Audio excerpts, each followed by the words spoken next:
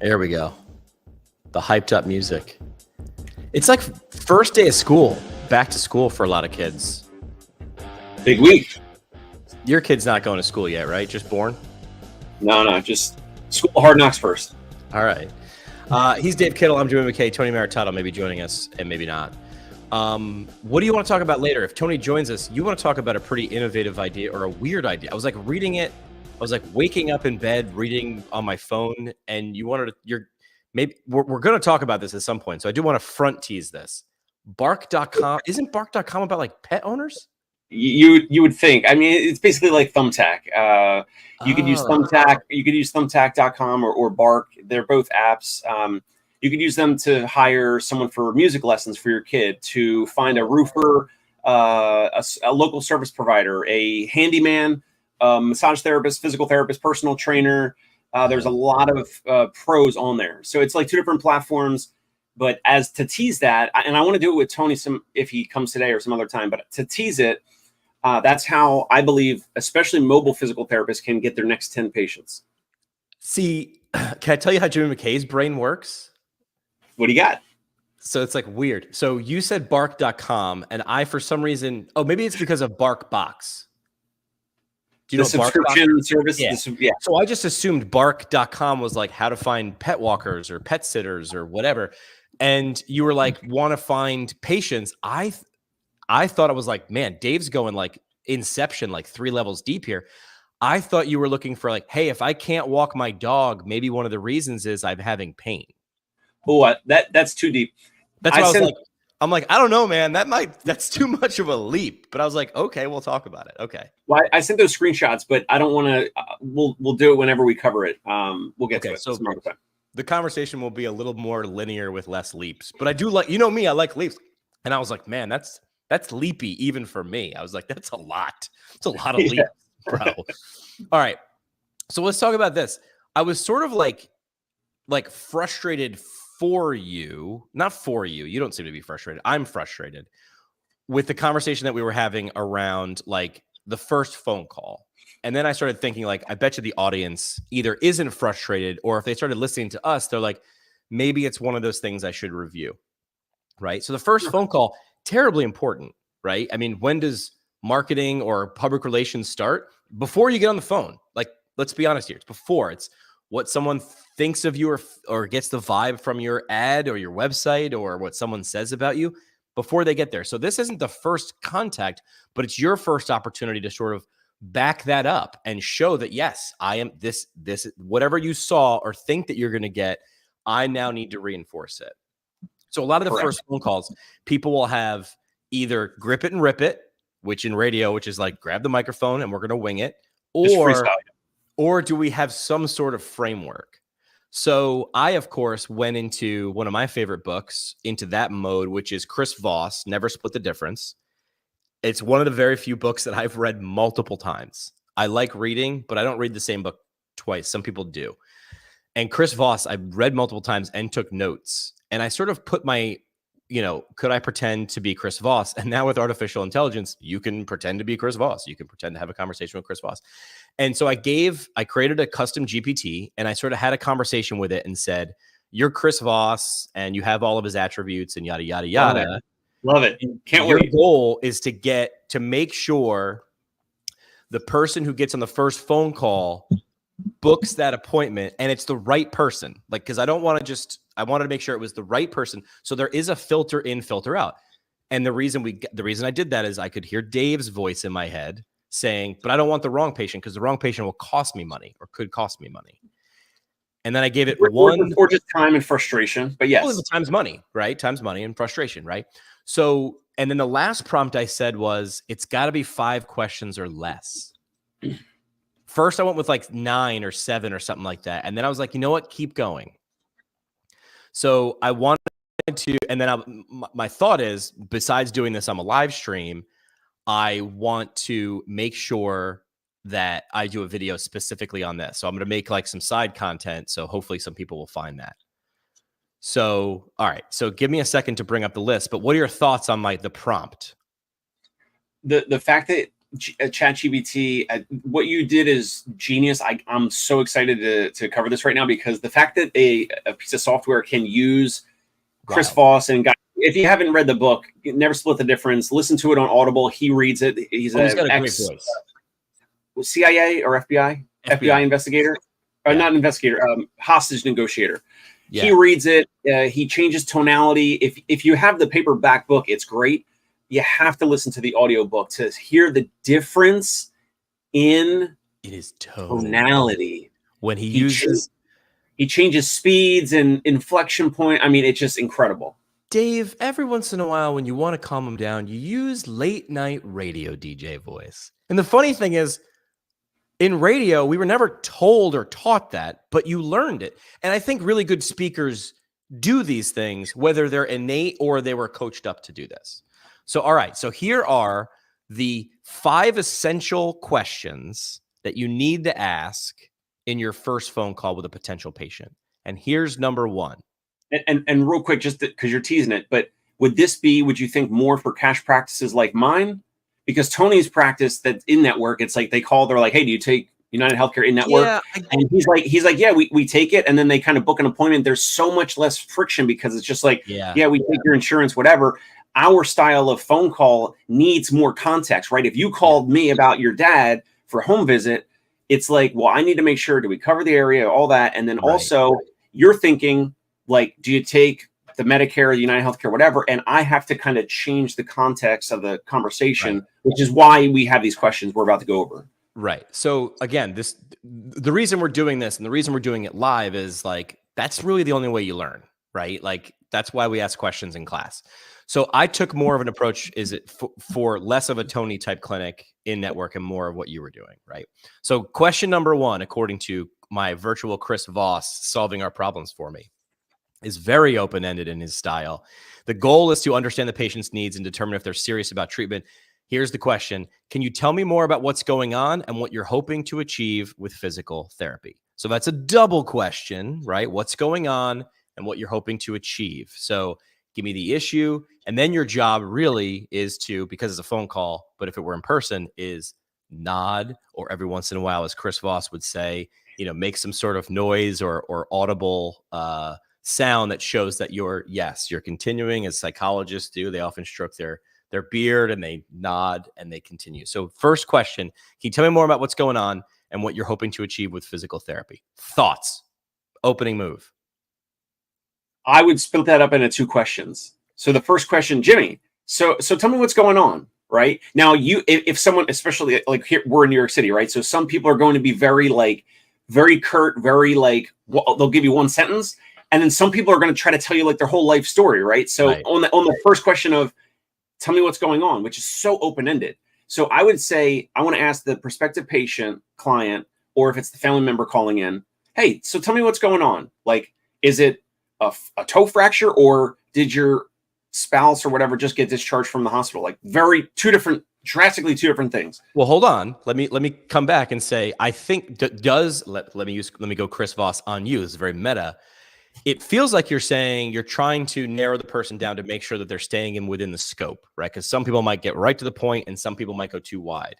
That's where I sort of like this question, because it says, can you tell me more about what's going on and what you're hoping to achieve with physical therapy? So it sort of stays open-ended, but then also puts a circle around it, puts like a gate around it, saying in your physical therapy. Because the classic question, what brought you in today? My car. They answered the question, but you didn't ask a good question, so they gave you a crappy answer. I think for some prospective callers that, this is assuming like practice owners, their PTs, OTs listening, watching this, like they might be still doing the callbacks or the initial phone calls, or they have an admin and you want to kind of train up and help your admin with the calls like this. What do you hope to achieve? I think maybe just for New Yorkers that call in for us, like I feel like some folks might need to have that question asked of them twice. Like if they start going real long of like, okay. So let me tell you the whole story. Back in 1982, right. Like, hold on. So this is where what are you looking to achieve? What are you looking to achieve with in-home physical therapy or performance physical therapy? Right. Yeah, I think this is where you can sort of cheat. Like we can still make it these 5 questions and we're still on number 1. You can have these follow-up or like a drill down question as Voss. I don't think he actually called it that, but that's what that was the word I sort of put it, which is like, help me understand, or it sounds as if is labeling, right? And like, we can talk a little bit about why that's so powerful. Instead of Dave saying, oh, so your knee's the biggest issue. No, that's actually not what I'm saying. It sounds as if your knee's the primary reason for you calling me. It gives them an out, or it lets them say, yes, you heard me correctly, but it gives them that all important out, which lets them say like, oh no, actually that's not it. What I meant to say is my back. And I think that's, because my knee was 1983. So I would actually say we wouldn't count against you to ask those sort of drill down or labeling questions, or to be able to make sure before you move on. So these are like just big general milestone or guidepost questions. All right, so that's number 1. So I could see and real quick, their answer, their reply on what do you hope to achieve, you want to use that later in the call. Correct. So we'll get into it. As much as I tell people all the time, when I've done meeting facilitations before. You ever been to one of the, big whiteboard sesh, someone's in the front, right? This is what a lot of college professors do, or like ideation. I tell people all the time, you're going to give me all the answers anyway. It's going to drive you nuts because you're like, the answers were in the room. And that's sort of the way I like for people to look at an interview or a phone call, which is like, remember, it's not your job to actually come up with the answers. It's your job to facilitate the answers coming out, and then make sure, hey, it sounds as if that's what we're talking about. Do I have that right? Or so that's sort of your job, and more ask and less show, more ask and less tell for these things. And I know we want to show, we want this to be a pitch a little bit, but it really isn't. If they're on the phone with you, they're on what I call the end of the diving board. They're looking for reasons maybe either to jump or not to jump. And you want it like the movie Inception. It's got to be there. You want it to be their decision, because those people are probably more likely to show up once and more likely to show up multiple times to get the full benefit. All right. So that's question 1. You want me to move to 2?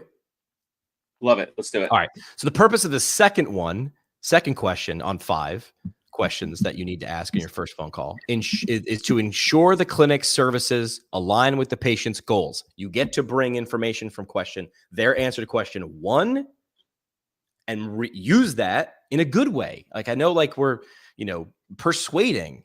You can persuade negatively, or you can persuade positively. It's a tool. So ensuring the clinic services align with the patient's goals and reaffirm their commitment to their health. Like, do you understand how this aligns to your goal? And are you committed to do it? Because if you're not, that's okay too, but that's a you decision. So here's the question. What's most important to you in your treatment and recovery process? Use this, because when they say, whatever they say, flexibility, personality, you are going to ask yourself, the reason for this question is you're able to say, I don't have that. Because if you say, if some reason someone says, I want to be able to go to a clinic with a lot of other people close to my house and they live in Jersey City, Dave's going to go, thank you so much. We don't do any of that, but I can recommend you to a colleague in Jersey City. So that is question 2. What is most important to you in your treatment and recovery process? What are your thoughts on that? I like it. Sometimes, at least for the calls that I've done, and I've done over the past, 5 or 6 years, I've done thousands of phone calls. So with prospective patients. So sometimes people will literally say, the most important thing to me is to use my insurance, right? So obviously, like, hey, unless they have out-of-network benefits, and we could check that. But for the most part, when they say that, they mean in-network. So whatever their copay number is on their insurance card, like $35 a visit, like they're looking for a place where they can just pay $35 copay every single visit. And sometimes they're going to say hands-on manual therapy, or they're going to say more one-on-one time, or they're going to say, I went to a clinic and I got annoyed because it was 3, 4, 5 patients per hour, and I want more one-on-one attention. That's our ideal client. The client who calls in and says, the most important thing to me, to answer this question, the most important thing to me is to use my in-network insurance. They're not going to convert, and they're not our ideal client. So I like the question in terms of asking them what's the most important for them. It could be scheduling. It could be speed to scheduling. Like I'm looking for someone tomorrow or the next day, or I'm looking for a home therapy practice that can treat my mother or father 5 or 6 or 7 days a week. So I like the question because you're trying to qualify and make sure like what they're looking for matches what you actually offer. The question's about you, but it's about them. Do you know what I mean? Like you're making it about them, but the goal is to like, because the quote that I took away from Chris Voss's book is every conversation is a negotiation for information. This isn't a sell. Selling is negotiating for information. And then at the end, you go, is this product or service right for you? You decide. You're the one with the money. I'm the one with the product. Decide if you want it. So that's number 2. Tony, just to catch up for speed, I don't know if you've been watching. Good morning, Tony. 5 essential questions for your first call with a patient. I'm pitching my must-ask list to Dave, and he's telling me whether I'm right or if he would use it. We're on question 2, about to move to 3. All right, let's hear it. All right, number 3.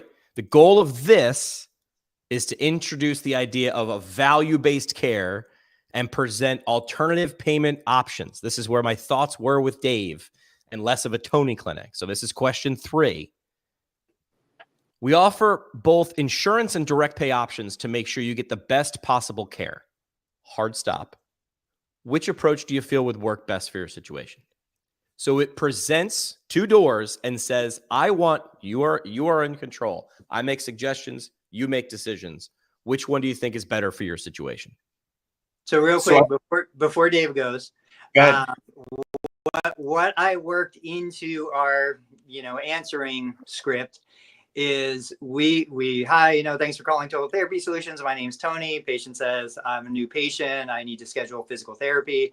I would say, okay, that's great. Just real quick, how will you be paying for that? Would you like to use your insurance or paying out of pocket? That's what I say, and I stop right there, just like you said. How will you be paying for that? Would you like to use your insurance or will you be paying out of pocket? Even though I know every single person in my clinic is using insurance, I am opening the door to say, this means there are people who pay out of pocket. This means there are other things that are available, and it just plants that little seed that'll start to water and grow for future conversations. What do you do, Dave? So Tony, you and your team, you guys currently ask that question all the time on the initial phone call? Yeah. When it's a new patient, they're scheduling their evaluation. I'm going to say at some point during the conversation, it's usually toward the beginning. Yeah. It's how will you be paying for that? And then of course they're going to say, well, this is what I always get. It's never, I only want it if my insurance covers. It's always, well, I hope my insurance covers some of it. And then it goes into, okay, well, what's your insurance? Anthem Blue Cross. Okay, great. We are contracted providers with them. When I was out of network or cash pay, I would never say, I don't take insurance.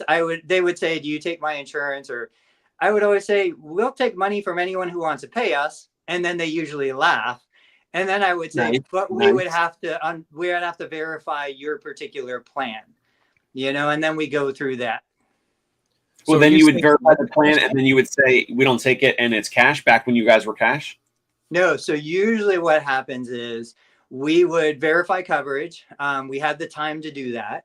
Let's say typically I'm going to go back. So Florida, Blue Cross Blue Shield was a closed network. It was closed forever.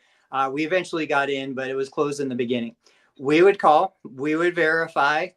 They would tell us it's a $35 copay. Okay. So then we would call the patient back. We would have already scheduled them because we would tell them, let's get you scheduled. Before you come in, I'm going to call you back with all the information so you can make an educated choice. Somebody on the team would call the person back. They would say, here are the options. So if you choose to see an in-network provider, we are not in-network with your plan. If you choose to see an in-network provider, it's going to be $35 per visit, no matter what, whether they do 10 minutes or an hour. We're not contracted with your particular plan, but if you choose to see us, the cost back then, this was 2002, 2003, the cost is $150 a session. We do an $80 initial evaluation diagnostic. And then if you decide that you want to do treatment and follow the plan of care, the full session is $150. So we told them, look, guaranteed $85 or $80, no matter what. And then what we would say is, so really you have a couple options. You can go to an in-network provider for $35 a session. If you're not getting what you want, you can always come to us for the $80 diagnostic and $150 a session. A lot of our clients will do a combination because we do, and this was Siesta Key, Sarasota, very affluent golfing community. Because we do a lot of golf performance that's not typically covered by insurance, patients will go to the contracted provider for covered services and then come to us for the extra stuff. The extra stuff is the golf performance, working with a CSCS certified strength and conditioning specialist, doing the things that you just can't do under an insurance policy. And then that was it, and I genuinely did not have the urgency to be like, I got to book this person or I can't pay the rent. We had plenty of clients. We had plenty of Medicare. We had other things. So I wasn't going to Costco starving. I was there on a full belly. And if they wanted to come, awesome. That was the approach. Got it. So for this payment question, this payment section of the call, on the front end, when someone calls into our 24/7 answering service, those agents read through a brief little, not even a script. I mean, it's just like bullet points. And one of the questions that they ask our callers is, so Jimmy, are you looking to use your insurance or will this be private pay? Now, it's the way Jimmy framed it from the ChatGPT. Obviously, that's framed better, and that I'll have to consider. But it is actually asked on the front end of the, collecting the lead, collecting the prospective patient contact information, all that, kind of gauging their level of seriousness. Are we preliminarily the right fit? Potentially the right fit. They ask that. So then when we get the email and text about the prospective patient, we already know, like, did they say Medicare? Did they say, I don't have insurance? Did they say, I have Cigna, or I have United Healthcare and I'm only looking for in-network? Sometimes people say that, or they'll say, yeah, like I have whatever insurance, but if you guys don't take it, like how much is it out of pocket? So we start to get some of those, we get a little bit of understanding before we even call them back. Understood. This fourth question would only be asked if they answered. So question 3, just to review, we offer both insurance and direct pay options to make sure you get the best possible care. Which approach do you feel would work best for your situation?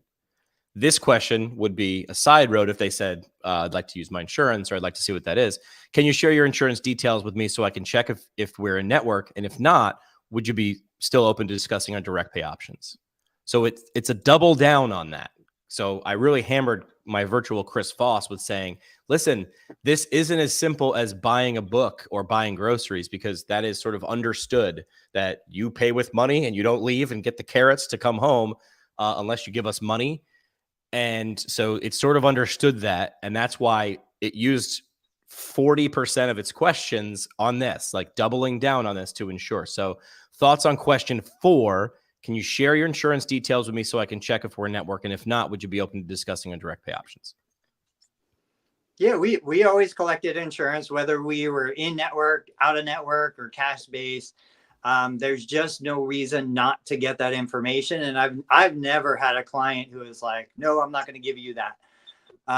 So that just gave us the opportunity to really, and this is what we do as therapists. Like, our job is to solve problems. So if financial is a concern for this patient, I don't want them to come paying me out of pocket. I want them to go get the financial solution within their budget. And so every single time, I think you guys know this, even before the good faith estimate ever came out as law, every single patient that came to us, we had a mini contract that it might just be 1 or 2 sentences, but said, look, this is what we were quoted. This is what we are going to do. We are guaranteeing you it will never cost more than this. Even if the insurance turns around and says, no, we're not going to pay for any of it, this is the absolute most it's ever going to cost. They sign it, we sign it, they get a copy, we keep a copy, and there's never any surprises. And that was a huge part of owning my business. Was, I said, I never want to give somebody a surprise bill. I feel like the ambiguity, since I got insurance at age 21 and I considered myself a reasonably intelligent person, And that ambiguity around what's this actually like, you don't want to say yes because you don't want to walk into a bear trap. I feel like removing that ambiguity had to feel so good for humans. Like you almost like, I feel like you'd watch their shoulders just relax. It's exactly what happens. They breathe this sigh of relief. Most of them would rather pay more knowing it's never going to be more than the price quoted than going somewhere and having no idea what's coming down the road. Right. This is why, I mean, you want to take a parallel from a different industry. I'll do this real quick, is why like Carvana like had an opportunity anyway, or like, remember the car company Saturn? The whole pitch was like, this is what the car costs. We do not, our people don't work on commission. When you see this commercial on TV, this is what the car costs. It was like, oh my God, this is revolutionary. And like, I don't know why it didn't work. Maybe it was just bad cars, but like that approach was like someone sat down and said, what is the number one reason people don't want to go to a car lot? And I'm a guy who has no problem saying no to someone's face and being really upfront and blunt. I'm a New Yorker at heart, and I hate shopping for a car because it just feels slimy and greasy. I feel like what you just said there said, hey, that part that you're scared about, we removed it and we'll put it in writing and we'll stand by it. Dave? So real quick as a sidebar, when we're talking about the whole payer, insurance payment, that whole section, maybe I'm biased. I'm in New York City. Maybe I'm biased. And please, guys, override me if you think I'm out of bounds here. But it is bonkers when someone calls in to us or anywhere else, but to us, and they're looking to use their insurance, right? Okay. And then I say, or we say, all right, so do you have your member, do you have your insurance card handy? What's your member ID number, subscriber number? And they're like, I don't know. I don't have my insurance card here. It's like, if your insurance, I'm trying to be nice here. I'm trying to be nice. I'm going to take a breath. If insurance is so important to you, why is that not handy when you call a professional, a physical therapy office, doctor's office, whatever? Like, yeah. I don't know. Am I being condescending? No, I'm 44 and I just started being able to do that regularly. But the previous 43 years of my life, I was probably that person. Yeah, I would say no, it's not. You should have that expectation, but I think most individuals take a very passive approach to healthcare. Yeah. It's like, I'm going to call. I have no idea what's going to happen. Just do what you do and, we'll deal with the rest later. Jimmy? We can get into the psychology of why. My initial snapshot is it's my employers that they do that. I work here and then they picked who I got and I get it through them. So it's almost that, I mean, this is brilliant if you're like the insurance company, right? Like you make a deal with someone and then the person who's actually dealing with it had really little to no choice in that. And then what they get out of it is just sort of like what they get out of it, and they should be happy for it. It's also the big difference between health insurance and health care. I pay for health insurance every month. It's like, actually, I pay for health care every month. Why do I have to pay again? Actually, you pay for health insurance, not health care. And I remember the first time someone explained that to me, I was probably in my 30s. And I was like, oh, that makes sense. Like car insurance doesn't get me a car. Like I have to get the car and then I pay for insurance and then I'll cover some of it, but not all. So it's a really great gig if you can get into it, that's a really great racket. They're like some of the oldest companies in the world, insurance companies. They've been around forever and they're not going anywhere. Yep. So, and look what they sell. They don't sell a product. They sell a service that their goal is to provide the least amount from. But what they actually sell, what they really sell is an emotion, right? I'm covered.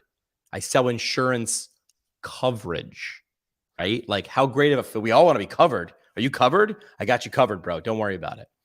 Last question, 5 essential questions for your first call. Remember, I'll give you a quick recap. One was, can you tell me more about what's going on and what you're hoping to achieve with physical therapy? I cheated. I put 2 questions in one, but I can do that because I'm in charge. So that really gives you scope. Is this person right for me? Like it's a wash in, wash out question. 2, what's most important to you in your treatment and recovery? This is a cheat question again. Tell me what words you want me to say. If you're the right person, I'm going to reiterate back to you, yes, I do that. Or you know what? No, I can't actually do that. I'll refer you out. 3 and 4, where we offer both insurance and direct pay. Which approach do you feel will be best for a situation? If they say insurance, the veer off question is can you share your details so I can ensure that you're in network? And if not, would you still be opening open to direct pay. Essentially, if you still like my vibe and we aren't in network, I wanted to make sure you understand what Tony talked about. That seed is still planted. Like, people do this already. It's not out of the question. The final question, according to virtual Chris Voss, being my script writer for everybody, is a close. I don't want this to be a 20-minute conversation. I want this to be 15 minutes, maybe 10, maybe 5. So this is a close. This is like, got it. Don't bring in buyer's remorse. Get them sealed and off and booked. Question 5. Given what we've discussed, does our approach sound like a good fit for what you're looking in your treatment? This is, you're on the end of a diving board. It's ish or get off the pot. It's dive or get off the board. We got stuff to do, and I'm going to lock it in. Thoughts on the close? We'll go with Dave because Tony has left the building.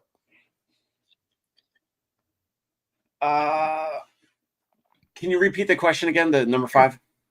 So after you've gotten all the questions answered, given what we've discussed, Dave, does our approach sound like a good fit for what you're looking for in your treatment? I'd also add, and when can we book you? Obviously it's a very direct close type question. I like it. I'm trying to, like, there's some other things in between. Like, I would be asking throughout these other 4 or 5 questions. I would be asking, like, when they say something about they're looking to use their insurance or payment, or they were looking from question 2 or 3, like style of treatment or, care and whatever. I'd be asking like those secondary questions of like, oh, interesting. So like, why is that important to you? Like, I would be, of these 5 questions, the one thing that it's missing is like the emotional triggers, and the emotional triggers of like, why is that important to you? Like, why is it important to get in-home physical therapy for your father? And like, I need you to say something like, I want my father around as long as possible. My family member, I want them to, have longevity. I want them to, get to their 80th, 90th, 100th birthday, whatever. Like, and so like, oh, why is that important to you? Whatever, family trips, what, like, I want to dig into that. And then I want to use that back in the conversation. The last question for number 5 here is great as a direct close. Like, it's directly asking them. But in some cases, I think, and I would love to hear your feedback and Tony's feedback, but in some cases, you'll know on a call if someone's ready to rock and roll and schedule. Like, they're like saying, all right, so yeah, that's the $250, whatever, like, fine or no. Like, it's either like you already know they're in or out, and they're really saying like, how soon can we start, before number 5 question, if that makes sense. That's fine. Yeah, because if speed to begin is the thing, then you know that. I don't know. Do you need to know their emotional, like, do you need to know 3 levels deep on the phone call? Tony, what do you think about that? Yeah, it's I'm not in that world anymore.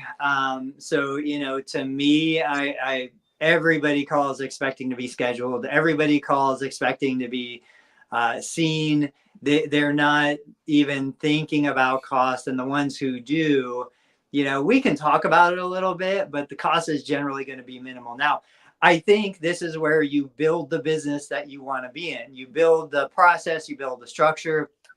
So could I be all cash pay and just sell premium service? I could, but I don't really want to. That's a lot more work for me. It's a lot harder to do what Dave is talking about, which I do think when somebody is going to commit to a high ticket, interaction, yeah, you need to get them feeling like I'm making the right choice. This is the best thing for me, my mom, my son, whatever. For me, it's just everybody calls ready to sign up. Like, I don't have a conversion process that I need to go through. So I'm just not in that world. Well, yeah, yes, they're looking to call. They're calling in. They're looking to schedule and book, with the assumption that the place takes their insurance. Right. Yeah. So when someone calls, here's an example. I wish I could bring her on. In 2020, I had a woman call in about her father's in-home physical therapy. She was calling, hey, do you guys take Medicaid? I remember distinctly the phone call was like 35, 40 minutes long. We talked. I built rapport. I went into the emotional triggers. It was not a rushed phone call. She was calling around physical therapy places looking to use her dad, so her dad could use his Medicaid, which is basically like no cost out of pocket. Eventually, I don't have the dollar amount in front of me, but the last time I remember looking at it in our credit card processor, they spent over $10,000 with us. Now, they obviously had a ton of in-home physical therapy visits. They loved the service, all that. Her whole intention when she was calling around was trying to find an in-home physical therapy practice that took her dad's Medicaid. Not only did we not take the Medicaid, but we're, a little bit more on the more expensive premium side of the cost of in-home physical therapy. Right. That person had no intention that day to even consider a place that they would be paying, spending, or investing $10,000 over time. So that is why I believe these calls should be open-ended. They should not be 15 minutes if they need to be 20 or 25, because someone's calling around, they're looking for one thing, and at the end of the call, they're making the decision, their own volition, to go like 180 degrees differently, right? So that would be like if we were looking for a car and we're calling around like, to buy a new car dealership, you have this car, but by the end of the call, they sell me like an F-150 truck or something, or a motorcycle, something that's like kind of similar, but like different from what I was looking for. Yeah. So maybe these questions are more like I said, milestones or guideposts. Like they need to be in there. You can put other stuff on top of them, but some of these elements need to be in there. Like I said, using Chris Voss's example, I thought maybe, even hearing what you're saying, Dave, feels like it was a good one because it allows you to stop at like question 2 and go, help me understand that, right? Voss is great. Help me understand. Or it sounds as if that labeling element, it sounds as if this, like, can I get confirmation on that? That's what you're really saying is, can I get confirmation on that? Or I want you to disagree with me, but disagree with me now so I can understand, so we don't get too far down the line before I'm wrong. So it might not be the only, like, we're not going to hold a gun and say you can only ask 5, but the elements in those 5 probably need to be in there somewhere. And I think these 5 are great. I have other secondary questions. I do need to start recording these calls. I do want to take Tony Maritato's suggestion and record even my side or my team's side of the phone call.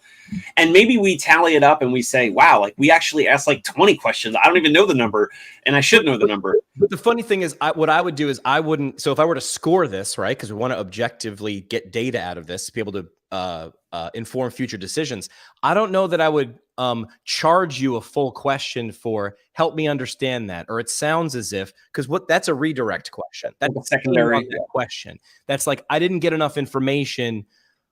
I'm going to, again, I've showed this trick before. It's like, I host my podcast over a beer. If Dave answers a question and I'm like, I want more, without ever having to say anything, I just start drinking from my glass. And I'm like, I'll nod, I'll sort of furrow my brow, like, or I'll tip my head 45 degrees. Like, that's the anti-question. As crazy as he is, Joe Rogan is great at the anti-question. He'll say a bunch of stuff and then just stop talking. And then he'll say it like he'll pose a bunch, he'll just throw out a bunch of ideas in the direction he wants to go, and he stops talking. That's the opposite. I feel like that's too much. But I think what I'm getting at is this needs to be as long as it is for them, not you. Your job is to make it just long enough for them to feel seen, heard, and understood, and feel good about coming to see you. That's the purpose. Is this the right person? Do they feel good about coming?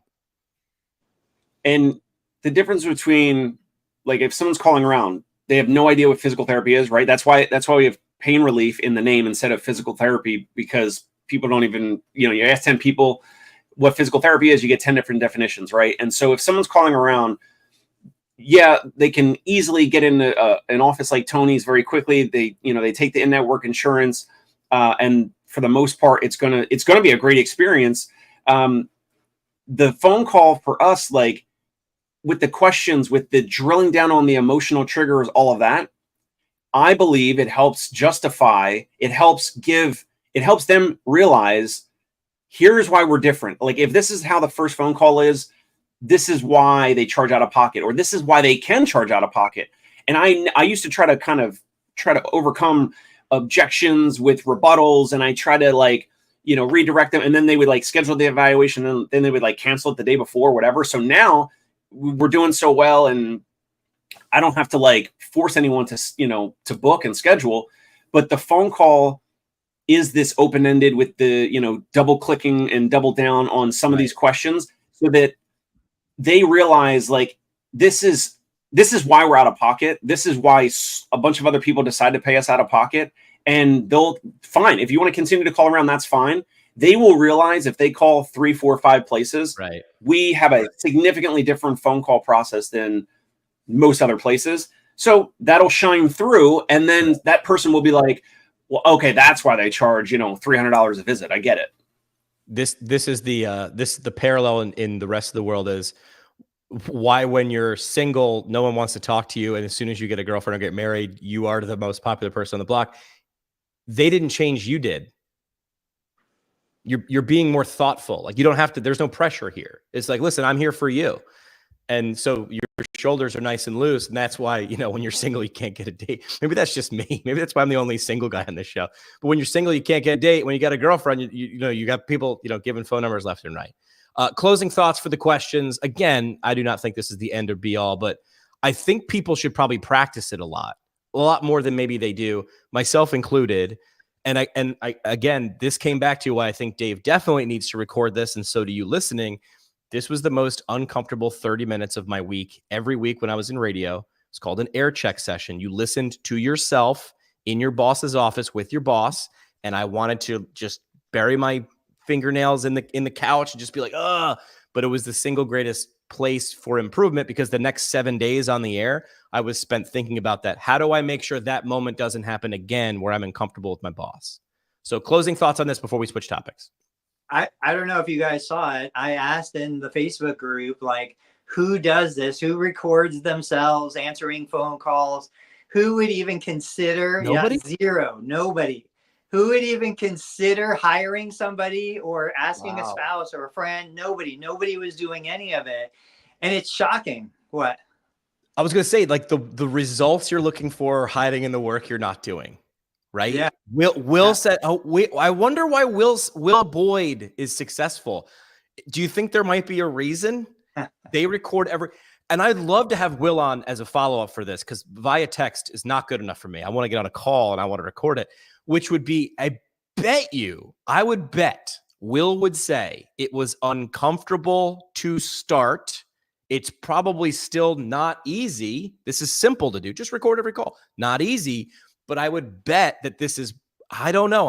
I've never even had a conversation with Will. I would bet Will would say it's probably one of the top 3 reasons for success, because they are literally holding themselves accountable. Why'd this thing fail? They suck. That's a cop-out. Let's go back. Let's look at the tape.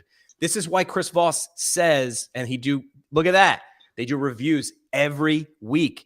I bet you they're uncomfortable, but I bet you they uncover huge things that it would take you years to get to. This is why human beings go to therapy, or should. What I think is interesting is we didn't plan this. I just jumped on. Dave's words, Dave's gestures, Dave's things are very similar to mine, very similar to yours. I bet what you would see, and Jimmy, it seems like you would have a saying for this. You'd see similarities across lots of successful therapists. Even though none of this was discussed or prearranged or even learned. Now, I do think somebody needs to create this kind of continuing education course. I think it improves patient outcomes. It improves patients' experience. Like, it would elevate the clinical outcome, even though we're not talking about anything clinical. But just some of the questions that Dave shared today are questions that I enter into when the patient's sitting in my clinic. Like this morning, I was late here because I had a new patient evaluation.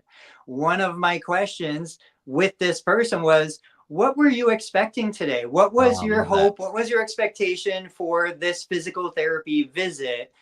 Because I want to know, like, what do you think is going to happen? Yeah.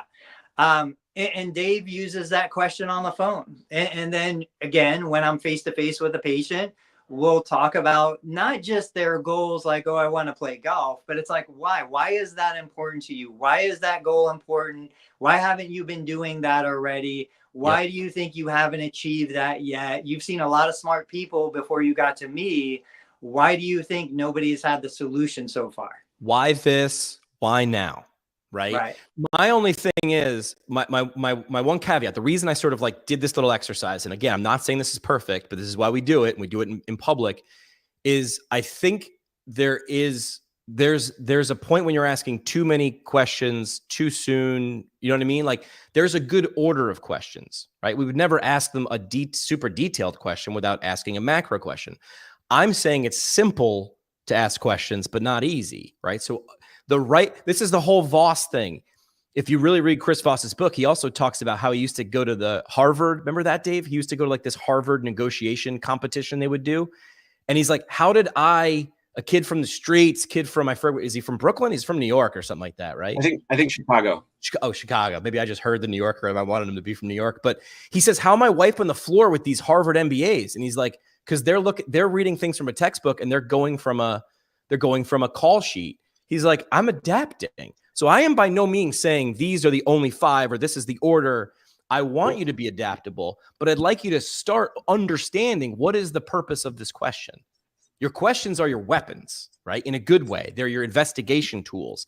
Understanding how to use them. I remember when I was in PT school, so the last thing I'll say before we can either switch it up or whatever, when we were studying the subjective exam in ortho, man, my classmates got real sweaty, bro. Like they were like, I got to memorize these 20 questions. I remember saying like, no, like let's sort of what's the goal of this?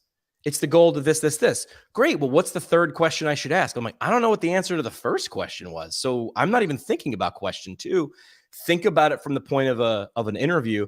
I learned my best interview skills from a guy by the name of Dave Grohl. I got a chance to interview Dave Grohl, lead singer of the Foo Fighters. And he walked in the room and I was super nervous and shook his hand. And I called him Mr. Grohl. I said, Mr. Grohl, I'm McKay from 97.9X. I'm here to do your interview. And he stopped. His face went totally white. And he goes, I don't do interviews. And I was like, and he goes, and then he broke into a Dave Grohl smile. And he said, I just have conversations. Every interview after Dave Grohl's interview, I never approached it like an interview. I approached it like a conversation with someone I looked up or admired their work. And I got infinitely better with that one change. Yeah, I think it's one of those things where there's definitely people born with the ability to do that. Like they don't have to learn it. They just know. And I think where that comes from is genuine curiosity. I remember the first time, Jimmy, you and I spoke, there's a genuine curiosity there. We talked about things, like we explored ideas and topics. I've always been surprised. Like I'm a creative at heart. I grew up, my parents were musicians and creators, and I went to a fine arts school. But even with that, like I've just always been a curious kid. And I look at my 4 boys and they're curious kids in the group, and they're kids that just want to follow, they want to color in the lines, you know? And I think PTs by nature, we tend to attract a therapist they want the answer. It's black and white. It's yes or no. What are the steps? What's the process? Give me the recipe and I will follow it. But something like this, I agree with you. It's like, we need to get the first word out, get that first word out, and then it'll just go from there. Which I think the best thing any of us could do is record ourselves. I'm in the clinic, like bring people with us. Look, take a look. Even if you hate how I treat a patient and you think, well, he didn't do an upper quarter screen and how's he assessing neuro and he didn't do reflexes, and I don't care. You could hate everything I do. You'll still learn maybe things you don't want to do because that's what Tony did. But like, just listen to how I respond. Listen to the things that I say. Listen to what they told me and why I replied this way to that person and a different way to a different person. We could learn so much, but you know, we don't do it still. Yeah. If I had to attribute one single attribute to success in my life, no matter what, if you think I'm successful or you think I'm an underachiever, it's curiosity. I think persistence only comes from curiosity. It's easier to persist if you are genuinely curious. This is why I've done close to 2,000 interviews. It's not because I saw success on the other side of interviews. I saw success in the interview. I was like, why do I interview people in and out of the profession? I'm like, I sort of like talking to people. Yeah, that's how I get what I get. The reason I get there is curiosity. Like I genuinely like talking to people. All right, so this is a good starter. I feel like we could come back to this in a couple weeks or months and say, okay, like I tried this out, or I'd love to hear from people who got a nugget out of this, even if it disagreed, like Tony said, even if you're like, that's a dumb order, I would do it this way, go do it, but you got to bring me the receipts. You have to be recording this, which then of course leads to the step of what you're talking about, like things like HippoScribe, which would be like, oh, you're a good clinician? Show me, like, are you recording it? Are you paying attention to it? Where was the disconnect? Or the only way we improve, what is the line? What gets measured gets improved. What gets measured gets done. Yeah. Gets accomplished, gets done. Do you think we have time to talk about BarkBox? Not BarkBox. No, that's let's save it. No, that needs like a majority of an episode, because that is new patient marketing. Tony's gonna love it, and I sent screenshots of like with the people looking for PT or massage or whatever. So, but Tony, like for reference, we started the episode. I was in bed when I was reading Dave's screenshots, and he's talking about like finding patients on bark.com. And you know me, I like curiosity, and I'm like, oh, he's thinking outside the box, because I thought bark.com was to find pet sitters and pet walkers. I was like, right. If I'm hiring a pet sitter, maybe I'm not walking my dog because I got knee pain. I'm like, I don't know, man. I feel like that's a lot of work. Those, I like your approach, because those are my ideal clients, because that means they're outsourcing things. They have like a dog walker, they have a babysitter or whatever. That means they usually have discretionary income. They're spenders, and and time is their biggest asset. So those kind of are my ideal clients, but we're not going that many levels deep. Right. That's too inefficient to like sort through all that. Right. All right. So we've got less. Go ahead, Tony. I'm going to step out because I've got people waiting on me, but I do want to say for next week, I don't know if it was you guys or it was a podcast I saw. Somebody was talking about going on Tinder dates, and then turning those dates, usually failed dates, into customers or clients for whatever they were selling. I think that was Michelle Stauffer. Okay. Who was on Twitter, and I might have talked. I think it was Michelle Stauffer. I have to look back. Okay. All right. Well, I'll research it too. The thing Tony shared about Tinder was restaurants. That was me. You shared that. They were doing like fake profiles. They were setting up dates, and the guy or the gal or whoever, they were coming for the date. Then they thought they were getting stood up. And then the restaurant was like, yeah, well, you're sitting here. So like maybe most of these people are going to like just order food or drinks because they're so embarrassed or whatever, and Jimmy you said something perfect, which is like, it's a thin line between genius and evil, or like brilliant and like just diabolical. Right. I don't know. Michelle Stauffer was doing something. I believe it was her who was doing what you said. She was setting up, or she was doing interactions in Bumble, like in the DMs, to try, and I don't want to say it and be incorrect, but I think it was like to book patients, or at least get to people like to talking about it. And I was like, that's like genius and diabolical, because she was also sharing frustration of why like they wouldn't follow through on the PT eval, and I'm like, they were there for a date though, but like I don't know if that's a good use of time. But I was interested reading it. I'll catch you guys next week. Right, I gotta go. See ya. All right, man. See you next week. So parting shot real quick for me, Jimmy. From Will Boyd here earlier when we were talking about the questions. He said, love it, Dave. People buy when they feel understood. And Will Boyd said the only way to understand is through asking questions, which again, that's like my whole process, or our whole process on the intro phone call. Yeah. Oprah had a great line. I'm pretty sure it was people want to be seen, heard, and understood. And I forget who the interviewer was, but they were like looking back at their career, and they said, I've done more than 5,000 interviews. And you know what? Like almost every single one said at the end of the interview, which was, hey, was that okay? Was that good? Once the cameras get turned off or the microphone, goes away, was that good? People are still sort of performing, even when they're super relaxed and they're used to being, interviewed. They understand that they're interacting. People understand that first phone call with you as a potential person to help them achieve a goal for them or their father or their mother or their kid. They want to make sure that do you understand? That's where my whole like knock on that cliche is, right? People don't care how much you know until they know how much you care. I don't think people care how much you care. They might later. They want to make sure, do you understand this? Have you helped other people achieve this? Or is this your first rodeo? Like, do you understand this? Yes. Okay. Oof. Then you understand me. And then I am comfortable to take a step forward and move closer to this. I agree. All right. Bark.com on Tuesday. That's what we'll be back with. I can't wait. New patient marketing. Patient marketing has nothing to do with dogs. Not a whole lot to do with dogs that we don't think. All right, guys. We'll see you. We'll see you guys next week. Subscribe on all the socials or do whatever the influencers say. See ya.